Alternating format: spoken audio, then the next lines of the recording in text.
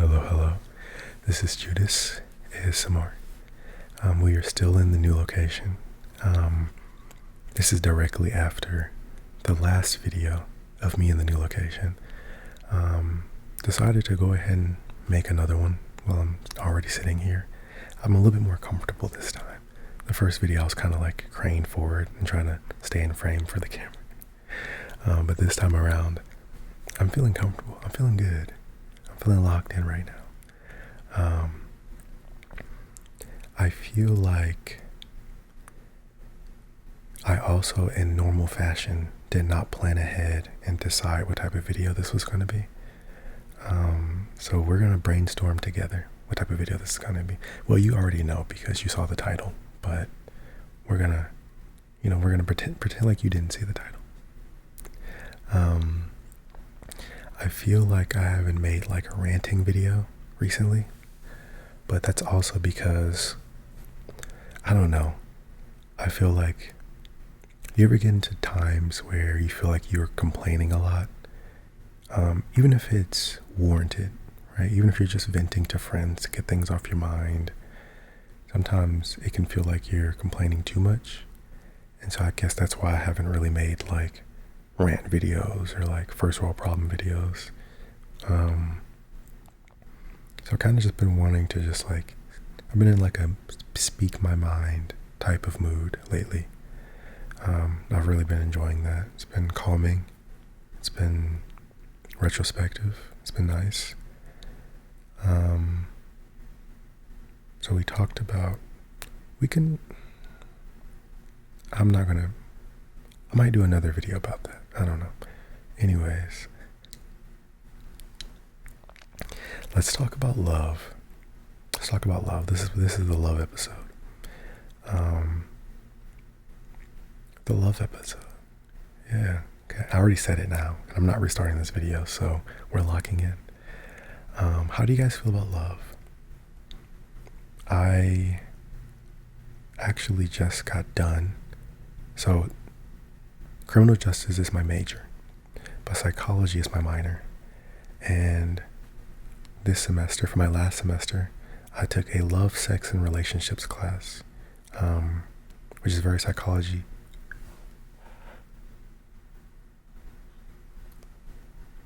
Golly, that was a big yawn. I probably looked crazy on camera, but I'm not. Here's the thing: when I like edit this video, I'm not re-looking at that because that was crazy. I'm just gonna let it ride. So you guys can let me know how silly it looked in the comments. But anyways, the love episode. How do you guys feel about love? I think love is something that is very, I don't want to say difficult, because love doesn't feel difficult, but it does feel convoluted, if that makes sense. I think I had 3 relationships. Well, I know this, but I had 3 relationships in high school, and they all were different in their own way. The first one, I dealt with a cheater and an abusive young girl. We were both young at the time, but you get the point. I think she was actually the same age as me. I think we were both 16. She was physically and emotionally abusive. Also a cheater. So this is the first one. This is the first girlfriend. So I really hit the jackpot with that one. So yeah, that was that. I think when I found out about the cheating, I did stupidly take her back because I was young and dumb, right? But thankfully that didn't last too much longer. I learned a lot from that relationship. I think that a lot of times we talk about negative experiences with the relationships in such like a sad way. And in some cases that's warranted, obviously, depending on the circumstance. But I think sometimes it's good to look at things from a perspective of, you can always learn from everything, right? I believe that you can learn from every situation, good or bad, right? And that relationship, it taught me so much. Like, it taught me what I shouldn't put up with. It taught me what I should put up with. It taught me what love really is and not just the fantasy of what I thought it was. So you can learn a lot from crappy relationships. A lot of it is learning what not to do, but still learning nonetheless, right? The second one,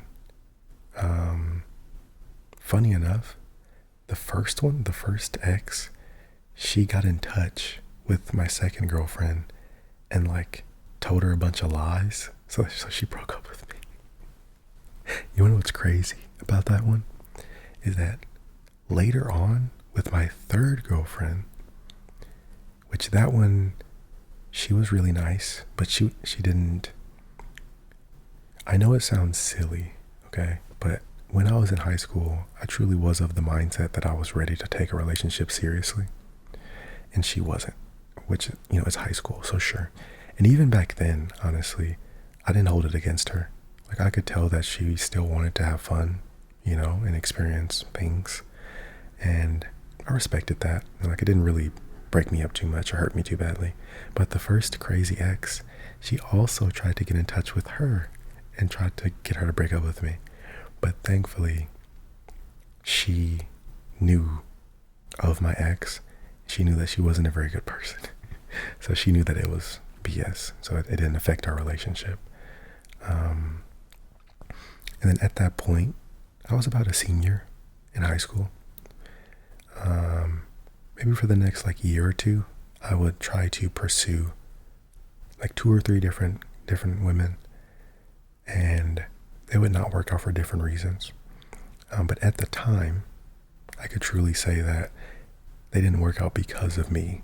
There were a lot of things that, if it was either baggage from my previous relationships or it was just growing up that I need to do. And so I then told myself that I just wanted to actually like actually be single and like live in that and use that time to better myself and use that time to just become a better person. And so like a few years went by and I truly took it serious. Like, I would truly, retrospectively look at situations that I had and grade how I dealt with them and like how I can do better. And I put a lot of work into just myself, becoming more of who I was meant to be. Your young 20s is a lot of discovery time for you. And if you're if you're any age, actually, I'll put it like that. If you're any age, like, don't be afraid to take the time to come into yourself, right? To figure out who you are as an individual, because it's hard.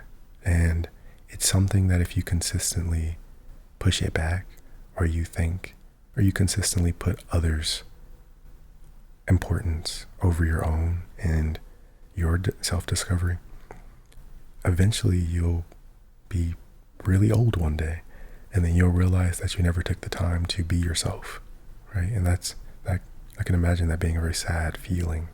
I've talked to people who were older who that was their experience, and how much they regretted that being their experience.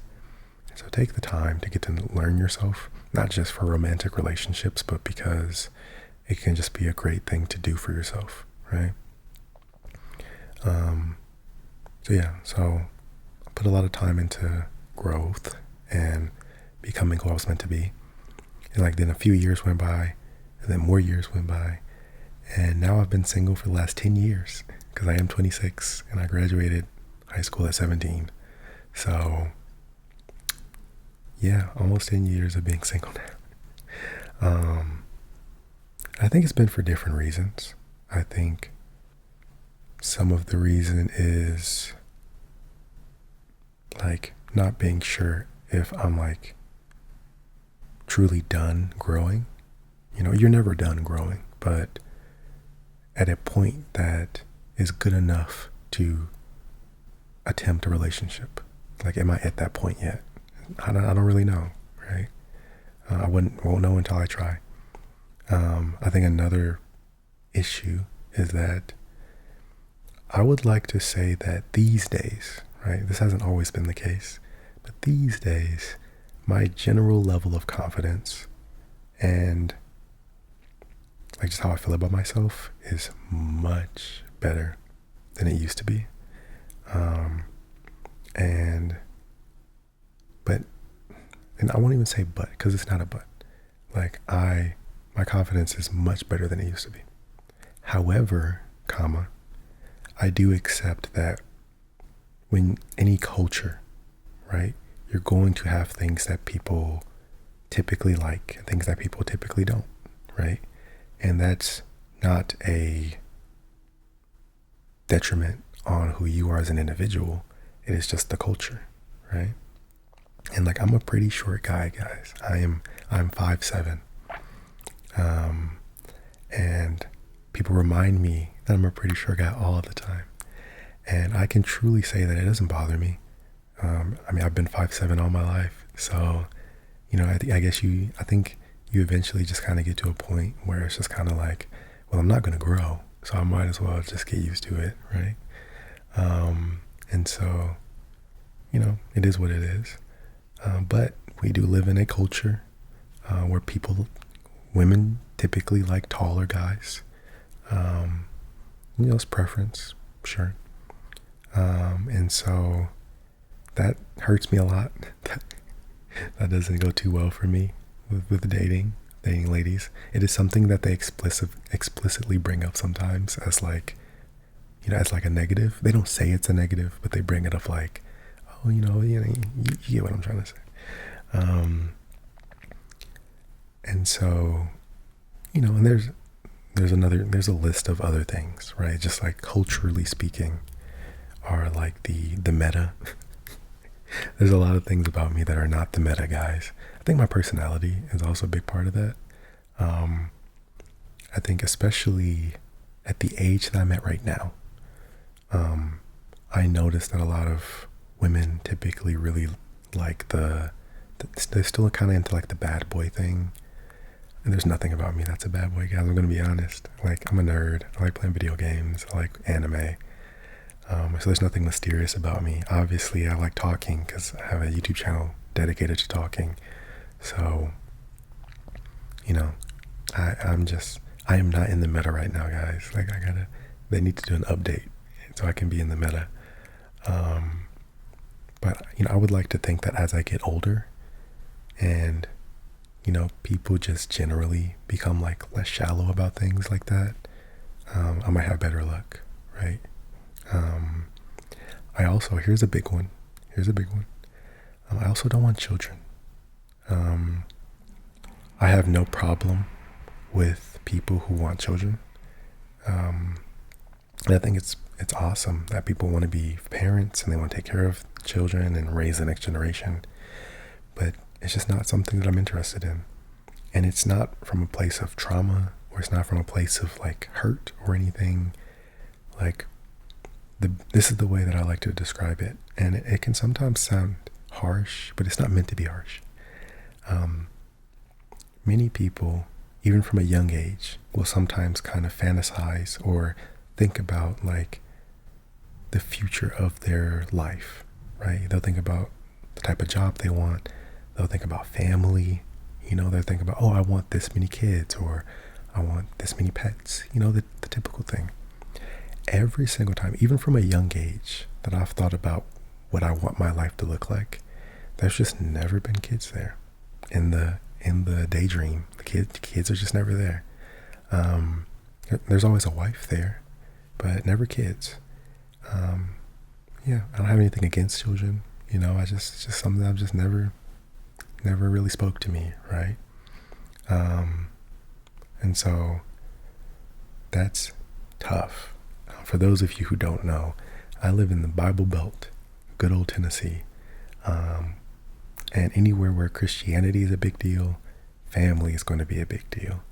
And so that's pretty tough. That's pretty hard, because most women here want families. Like, most women are Christian. That's a big part of it. And so that hurts me. I'm not gonna lie, that that's probably the number one thing that hurts me right now. Because I think, I'm not old, but I'm not young either. Like I'm on my way to 30, and so I think that this is a time where a lot of people are kind of, deciding. Like this is kind of, I'm 26, and this is kind of the age where I feel like most people kind of fully exit like the party lifestyle, and they start like taking their life seriously and deciding like who they want to be, what they want to do. So I think I'm running into a lot of the women counterparts, women who are ready to settle down, they're ready to have children, but like I don't want kids. So, and no joke, and my fellow men will know what I'm talking about with this, but majority of women that are in my area already have kids. Like they either had a breakup or a divorce, and they have 2 or 3 kids that they're raising, and they're looking for a man, which is like, they deserve love too, just like everybody else. Just me personally, like I don't even want my own kids, so I definitely won't be taking care of someone else's kids. Just being totally honest. They deserve love though. I hope that they find somebody, and they find a good husband to be there for them and their children. But I don't even want my own kids, so that's how that goes. So yeah, I feel like that's kind of the full wrap up on that. And just there's some things about me that are not the meta right now. I don't want children, but I'm open minded. I'm very open minded. I like the idea of always leaving the ability for doors to open on their own. So I'm not going to force myself to stay single, but I'm also not going to try to force a relationship either. If I can find a real connection and like really grow with somebody, because that's another thing too. I feel like people like want to skip to the good part. Like they don't want to get to know you. They don't want to grow and have a connection with you. They just want to skip to like, oh, let's start dating, let's have babies, let's get married. They want to like speed run. Everyone's trying to speed run love, and I don't know why. Well, I guess I know why. It's loneliness, right? But like I don't want to speed run love. Like I want to do it the old-fashioned way. I want like that slow build of like getting to know somebody, creating a connection, making sure that they're the right person for you. Because something that I hear a lot with people is, oh, like my husband or my wife, they were great, but then we got married and they changed. And don't get me wrong, there are definitely men and women who, once a ring comes into the picture, they change, right? Like the stakes are different. Maybe the pressure gets to them, whatever. But I think in a lot of cases, people don't change. I think in a lot of cases, what's happening is that people just aren't taking the full time to get to know who they're marrying. I do not think you know somebody in a year. And that's like a time limit that I see a lot of people getting married in. It's like they date for a year and they get married. Like you do not know somebody. I don't even think you know somebody in like 2 or 3 years. I feel like 5 minimum for you to like really know somebody and be confident that a relationship is going to work out. Because like 1 or 2 years, like, I don't know, just me personally, that feels way too fast. Like, I don't feel like you're getting to truly get to know a person. But everyone is going to do what they feel is right for them in their love life or life. Yeah, I really want to, I guess something, and I'll leave it on this, right? I grew up in a household with a separated household where my mom and dad got separated and then eventually divorced.